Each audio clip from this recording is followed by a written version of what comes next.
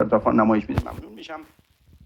این هم میگن که این پرچم ملاحظه این علامت سیگ های هندی و این هم پرچم زنده باد ام القرای جهان اسلام خودمون میگن این پرچم هست و حداقل سیگ ها به نظر ما اعتراض بگیرن که این پرچم در آمریکا بهش توهین شد و روی زمین گذاشته شد. علامت چون سیگ ها هم بهره ای دارن از این شباهتی که با پرچم سیگ ها داره، به نظر من حق دارن اعتراض بگیرن و اجازه ندن که جمهوری اسلامی هر کاری میخواد با این پرچم انجام بده. آخوندها در واقع مدیریت کنن اونها رو، زندگیشون کسی بگذارن، سیکا باید یک نفری بفرستن تا اینکه در این شباهتی، چون شباهتی که داره اونها حق دارن، به تعبیر حق گل آب دارن که در این پرچم به نحوی دخل و تصرف کنن، نظارتی کنن و اجازه ندن که آخوندها با این پرچم هر نوع توهینی به این علامت بشه که علامت سیکا هست، یعنی خود سیکا حق دارن.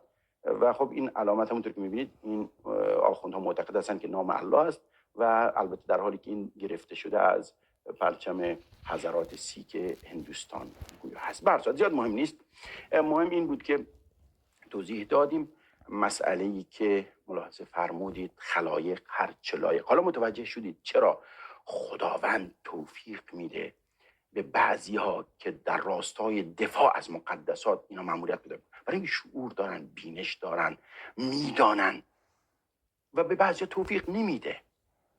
آخوندهای خودمون توفیق فقط کثافتکاری پیدا میکنن، توفیق خالدی پیدا میکنن. این بحثی بود که لازم بود بهش بپردازیم و جالب اینجاست که در